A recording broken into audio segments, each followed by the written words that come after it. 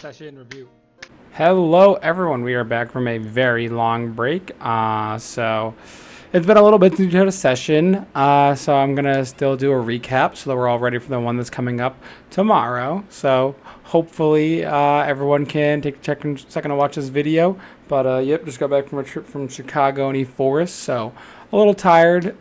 This is trying to just get this out the door as fast as I can. So before further ado, let's just jump right into it. Okay, so we're going over the Grand Auction, an event run by Cole the Collector and by their organization, which held a fair few interesting characters. The group over here dressed up in outfits, making them seem as if they were Diogen's family. Diogen is going under the name of the musical chef, Jeff. My name, Jeff, the musical chef, was his name. That's Diogen. He's the musical chef.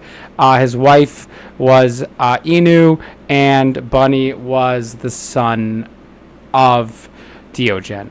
Also, Cruel Wrench didn't have a disguise. They were invisible the entire time due to the cloak they got from getting all of their contracts. They can now be invisible. Very interesting stuff. And they had conversations with this guy over here named Chuck, this guy over here named Jeffrey Epstein, and also they had conversations with this person over here named Hisoka. So we're going to get into those.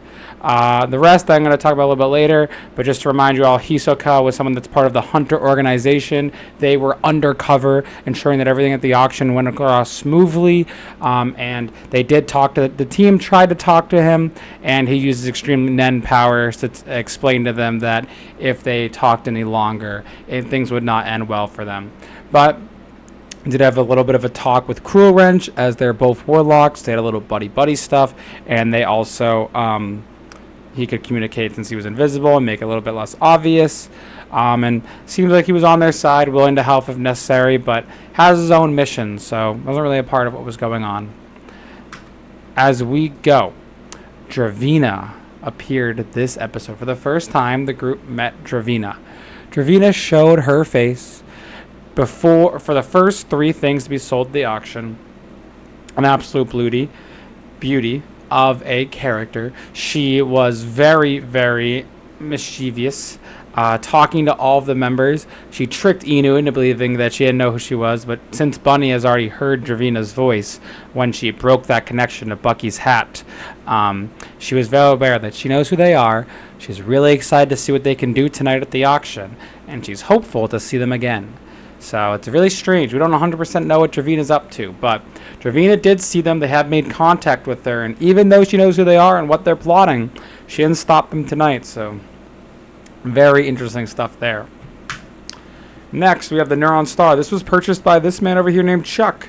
We don't know where Chuck is, where he's from, or really anything about him. We just know that he had around $1.3 billion to buy the Neuron Star, which is pretty crazy amount of money. I know the scale of this campaign is crazy because of how much some people have, but he had a lot of money to buy a Neuron Star, which is something that is only supposed to be one per galaxy, and it seems like there might be another one here now that he just purchased. So very strange thing to see for sure. But we don't really know much about Chuck. He seems buddy with Diogen, but he did buy the Neuron Star, so definitely something to see. The Philosopher's Stone was purchased by Mr. Epstein. We don't really know much about the Philosopher's Stone. They said it was needed for special experiments, but it was purchased by this man who runs a prostitution ring.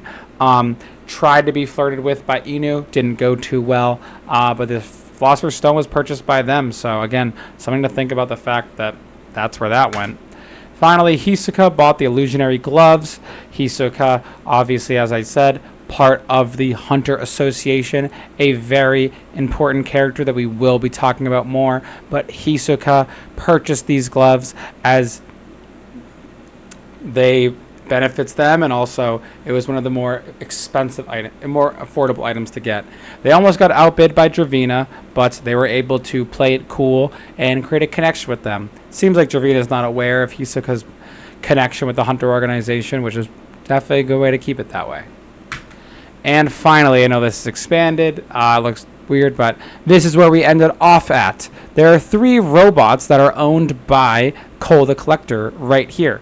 These are the vacuum robot, which does the money, the big scary protection robot, and the waiter robot. So when the knight armor, the samurai armor, was sold, these trebuchets created by the organization run by Vex and Thrall fired onto the battlefield, which we're going to be starting essentially right there. Inu and Bunny are inside the building, ready to jump out at a moment's notice. Diogen and Riff Silverstring are both on stage playing their instruments and ready to try and take control of the money blasting robot, and Cruel Wrench is behind them and trying to give support in any way they can.